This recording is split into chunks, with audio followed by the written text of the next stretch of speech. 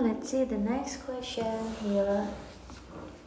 What can we learn after reading the story above? Ini masih tentang naratif ya. Apa yang kita bisa pelajari dari cerita di atas? Seperti yang kita tahu kalau kita baca sekilas, cerita ini menceritakan tentang seorang laki-laki yang miskin, di mana dia menjual barang-barang dari rumah ke rumah untuk membayar biaya sekolahnya. Suatu hari dia hanya punya sedikit uang yang tersisa.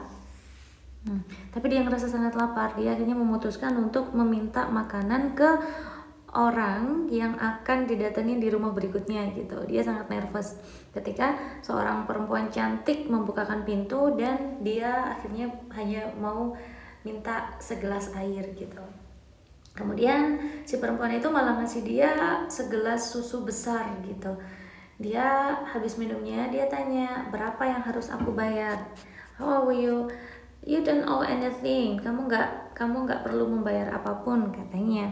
Karena mamanya bilang, mengajarkan ke dia kebaikan itu tidak perlu dibayar gitu. He said, thank you from my heart. Kemudian selesai itu laki-laki tadi belajar terus sampai akhirnya dia jadi dokter. Some years later, woman became critically ill. Beberapa tahun kemudian, perempuan yang nolong tadi dia sakit. Akhirnya ya dokter yang menyelamatkan dia adalah si laki-laki yang tadinya dikasih susu sama dia gitu. Kemudian si laki-laki itu, dokternya itu juga membayar semua biaya rumah sakitnya.